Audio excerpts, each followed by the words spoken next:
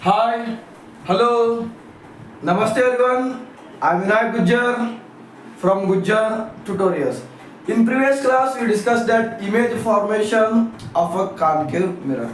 In this class, we are going to study the uses of concave mirror and the image formation of a convex mirror, and some rules are there to for the image formation in a convex mirror. Everything we will study in this class. Okay. So for the first thing, uses of concave mirror. Sir, where the concave mirror will use? Concave mirror ಎಲ್ಲಿ use ಮಾಡ್ತಾರೆ sir? I think you saw the what's that torches. Torches they will use a concave mirror, and then in a shaving shops one by one ಒಂದಿಂದೆ ಒಂದು ಒಂದರಿಂದ ಒಂದು ಹಚ್ಚಿರ್ತಾರಲ್ಲಪ್ಪ ಅಲ್ಲಿ use ಮಾಡ್ತಾರ. ಆಮೇಲೆ ನಿಮ್ಮ bike ಏನು ಸ್ಕೂಟಿ ವೆಹಿಕಲ್ ಇರ್ತಾವಲ್ಲ ವೆಹಿಕಲ್ ಹೆಡ್ಲೈಟ್ ನಲ್ಲಿ ಯೂಸ್ ಮಾಡಿರ್ತಾರ ಕಾನ್ಕೇವ್ ಮಿರರ್. ಅರ್ಥ ಆಯ್ತು ಎಲ್ಲೆಲ್ಲಿ ಯೂಸ್ ಮಾಡ್ತಾರ? ಜಸ್ಟ್ ಎಲ್ಲಿ ಯೂಸ್ ಮಾಡ್ತಾರ ಅಂತ ಗೊತ್ತಾದ್ರೆ ಸಾಕು. ಅರ್ಥ ಆಯ್ತು ಕಾನ್ಕೇವ್ ಮಿರರ್ ಎಲ್ಲಿ ಯೂಸ್ ಮಾಡ್ತಾರ.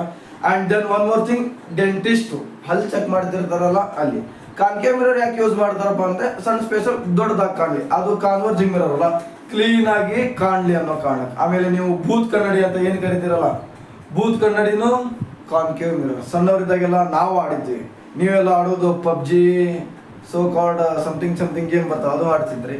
ನಾವೆಲ್ಲ ಖಾಲಿ ಟೈಮಲ್ಲಿ ಬೂತ್ ಕನ್ನಡಿನ ಇಟ್ಕೊಂಡು ಪೇಪರ್ನ ಇಟ್ಕೊಂಡು ಒಂದ್ ಕಡೆ ರೇಸ್ ಎಲ್ಲ ಕಾನ್ವರ್ಸ್ ಮಾಡಿ ಪೇಪರ್ ಸುಡ್ತಿದ್ವಿ. ಓಕೆ, ನೀವು ಮಾಡ್ತಿದ್ರು ಇಲ್ಲೋ ಗೊತ್ತಿಲ್ಲ.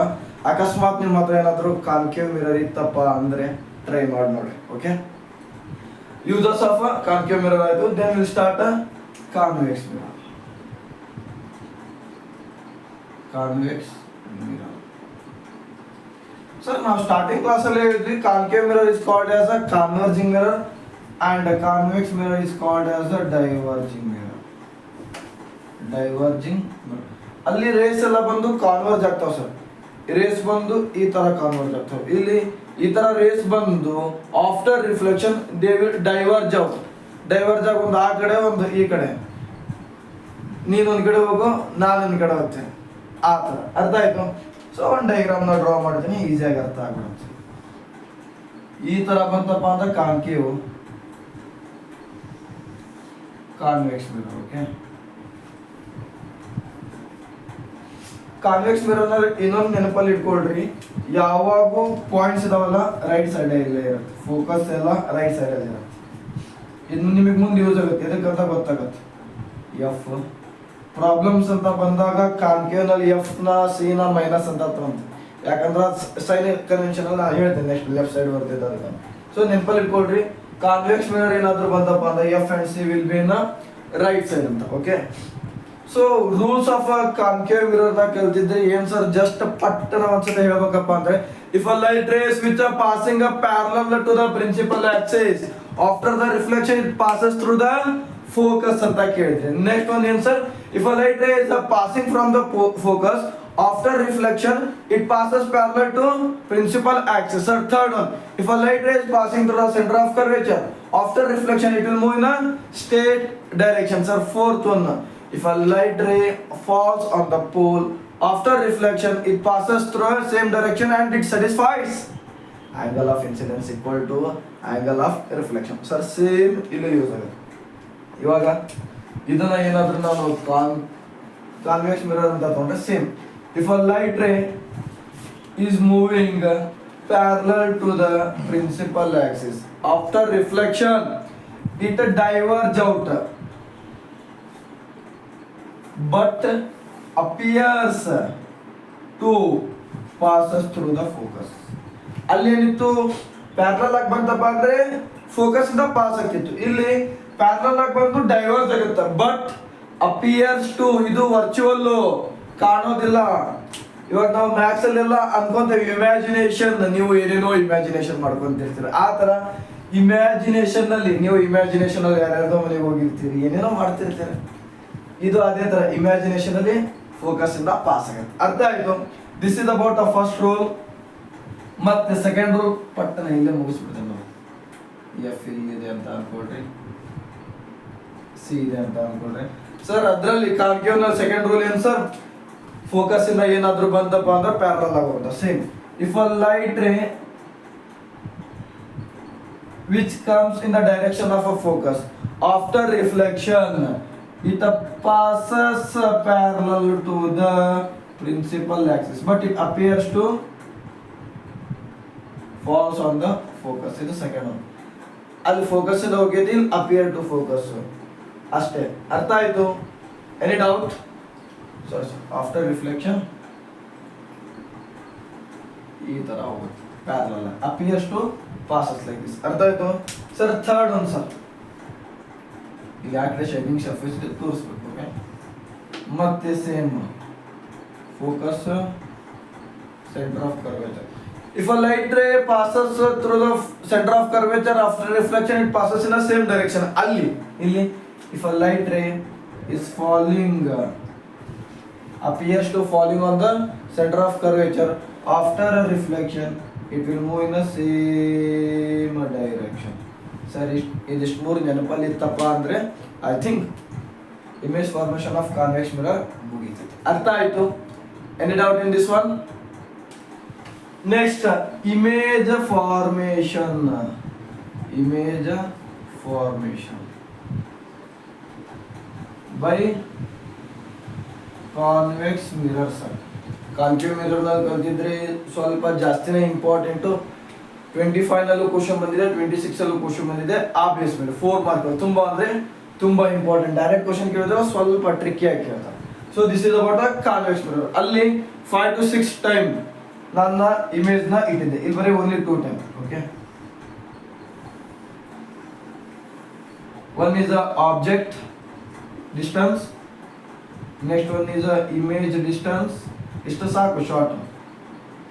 next one is the size of the image and next one is the nature of the image. ಅರ್ಥ ಆಗುತ್ತೆ ಅಂತ ಅನ್ಕೊಂಡು. ಓಕೆ, ಓನ್ಲಿ 2 ಇದೆ. ಆಲ್ರೆಡಿ ಒಂದು ಕಾನ್ಕೇವ್ ಮಾಡಿದೀವಲ್ಲ, ಅದಕ್ಕೆ ಶಾರ್ಟ್ ಆಗಿ ಬರೀತಾ ಇದ್ದೀನಿ. ಅರ್ಥ ಆಯ್ತು? ದೆನ್ ಸರ್ ಫಸ್ಟ್ ಒಂದು ಏನು ಸರ್, ಇಲ್ಲಿ ಎರಡೇ ರೂಲ್. ಒಂದು ಇನ್ಫೈನೈಟ್ ಡಿಸ್ಟೆನ್ಸ್, ಇನ್ನೊಂದು ಫೈನೈಟ್ ಡಿಸ್ಟೆನ್ಸ್ ಅಂತ ಕೆಲವೊಮ್ಮೆ ಕರಿತೀವಿ. ಅಥವಾ object will be in between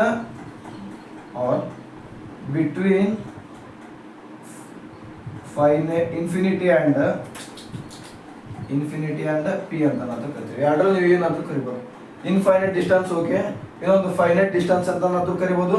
ಕೆಲವೊಂದು ಕಡೆ ಫೈನೈಟ್ ಅಂಡ್ ಪಿ ಅಂತ ಕರೀತಾರೆ, between both. Okay, so if a image is in infinite distance, if the image is in infinite distance, ಮೊನ್ನೆ ಹೇಳಿದ್ವಿ ನಾವು, if it is infinite distance ಮೇಲಿಂದ ಬರುತ್ತೆ, ಕೆಳಗಿಂದ ಬರುತ್ತೆ. ಯಾಕಂದ್ರೆ ಎಲ್ಲಿಂದ ಇದೆ ಅಂತ ಆಕ್ಚುಲ್ ಗೊತ್ತಿರೋದಿಲ್ಲ.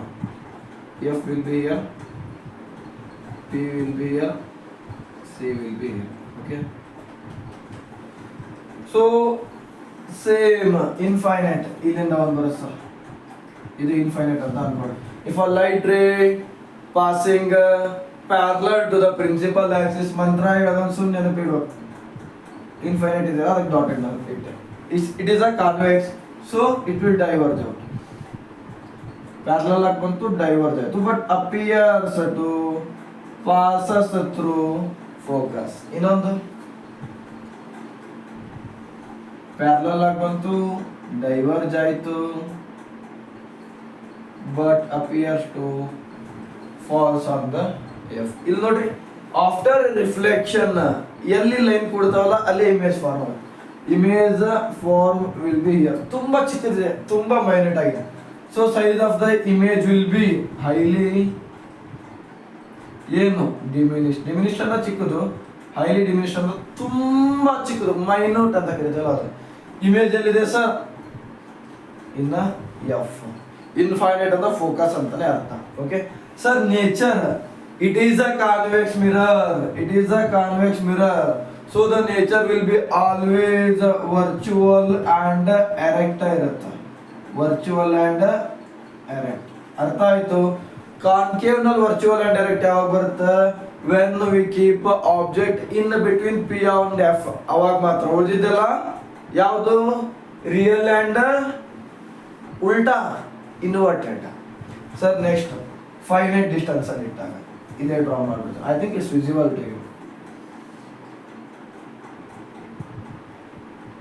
P F C. Okay sir ಅಲ್ಲಿ ಕಲ್ತಿದ್ದು ಇಲ್ಲಿ ಕಲಿಯೋದು ಸೇಮ್ ಇದೆ, ಸ್ವಲ್ಪ ನೆನಪು ಮಾಡ್ಕೊಳ್ರಿ.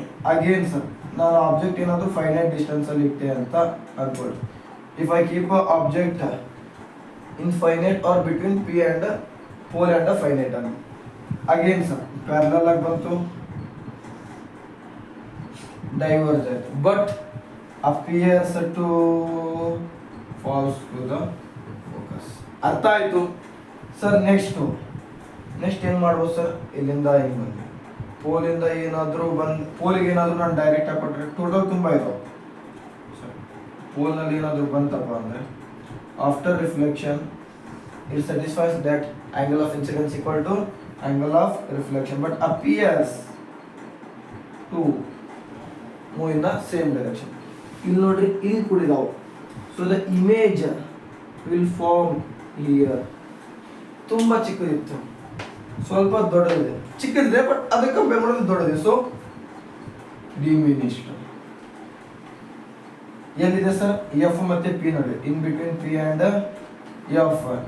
This is the convex sir, ಅದಕ್ಕೆ ವರ್ಚುವಲ್ ಅಂಡ್ ಎರೆಕ್ಟ್. ಅರ್ಥ ಆಯ್ತು. This is about image formation in convex mirror. I think ನಿಮ್ಗೆಲ್ಲ ಅರ್ಥ ಆಯ್ತು ಅಂತ ಅನ್ಕೊಂಡೆ. And the next concept is last ಇನ್ನೊಂದು ಕಾನ್ಸೆಪ್ಟ್ ಏನಪ್ಪಾ ಅಂತ ಯೂಸಸ್ ಆಫ್ ಕಾನ್ವೆಕ್ಸ್ ಮಿರರ್ ಹೇಳಿ ಜೈನ್ ಅಂತ ಹೇಳೋದು. ಓಕೆ ಸರ್, ಕಾನ್ವೆಕ್ಸ್ ಮಿರರ್ ಎಲ್ಲಿ ಯೂಸ್ ಮಾಡ್ತಾರೆ? ಕಾನ್ಕೇವ್ ಮಿರರ್ ಗೊತ್ತಾಯ್ತು, ಶೇವಿಂಗ್ ಮಿರರ್ ನಲ್ಲಿ, ಹೆಡ್ಲೈಟ್ ಅಲ್ಲಿ, ಆಮೇಲೆ ಟಾರ್ಚಸ್ ಅಲ್ಲಿ ಯೂಸ್ ಮಾಡ್ತಾರೆ ಅಂತ ಹೇಳಿದ್ರಿ ಸರ್. ಬಟ್ ಕಾನ್ವೆಕ್ಸ್ ಮಿರರ್ ಎಲ್ಲಿ ಯೂಸ್ ಮಾಡ್ತಾರೆ? ಮತ್ತೆ ವೆಹಿಕಲ್, ಎಲ್ಲರೂ ಬೈಕಲ್ಲಿ ಮೋಸ್ಟ್ಲಿ ನೀವು ತುಂಬಾ ಸೈಡ್ ಮಿರರ್ ಇಡೋಂಗಿಲ್ಲ ಜಾಸ್ತಿ, ಇಟ್ಟಾಗ ನೋಡಿರ್ತೀರಿ. ಗಾಡಿ ಹೊಡೆಯುವಾಗ ಇಷ್ಟೇ ಮಿರರ್ ಇರುತ್ತೆ, ಬಟ್ ಇಷ್ಟು ದೊಡ್ಡದಿರೋ ಗಾಡಿ ಎಲ್ಲ ಕಾಣುತ್ತೆ. ಅಲ್ಲಿ ನಾವು ಕಾನ್ವೆಕ್ಸ್ ಮಿರರ್ ಯೂಸ್ ಮಾಡ್ತೇವೆ. ಯಾಕೆ? ಕಾನ್ವೆಕ್ಸ್ ಮಿರರ್ ನಲ್ಲಿ ಜಾಗ, ಮಿರರ್ ಚಿಕ್ಕದಿದ್ರು it will occupy large space ನ ಅಕ್ಯುಪೈ ಮಾಡುತ್ತೆ. ಇದೇ ಸ್ಪೆಷಾಲಿಟಿ ಕಾನ್ವೆಕ್ಸ್ ಮಿರರ್ ಇದು. ಅರ್ಥ ಆಯ್ತು. ಕಾನ್ವೆಕ್ಸ್ ಮಿರರ್ ಎಲ್ಲಿ ಯೂಸ್ ಮಾಡ್ತಾರಪ್ಪ ಅಂದ್ರೆ ಬೈಕು ಅಥವಾ ಕಾರಿನ side mirror. It will occupy more ಅಥವಾ ಮಚ್ ನಂಬರ್ ಆಫ್ ಸ್ಪೇಸಸ್. ಎಲ್ಲ ವೆಹಿಕಲ್ ಕ್ಲೀನ್ ಆಗಿ ಡ್ರೈವರಿಗೆ ಕಾಣಲಿ ಅನ್ನೋ ಕಾರಣಕ್ಕೆ ನಾವು ಕಾನ್ವೆಕ್ಸ್ ಮಿರರ್ ನ ಯೂಸ್ ಮಾಡ್ತೇವೆ. ಅರ್ಥ ಆಯ್ತು. And the next thing will discuss in next video ಅಂತ ಹೇಳ್ತಾ, ಐ ಥಿಂಕ್ ಲೈಟ್ ತಪ್ಪು ನಿಮ್ಗೆ ಎಲ್ಲರಿಗೂ ಅರ್ಥ ಆಯ್ತು ಅಂತ ಅನ್ಕೊಂಡೆ. ಅರ್ಥ ಆಗಿದ್ರೆ ಏನಾದರೂ ನೆಕ್ಸ್ಟ್ ಚೇಂಜ್ ಮಾಡ್ಕೋಬೇಕಂದ್ರೆ ಕಮೆಂಟ್ ಮಾಡ್ರಿ. This completes today's topic. We'll meet in a next video. Until then, thank you. Bye bye.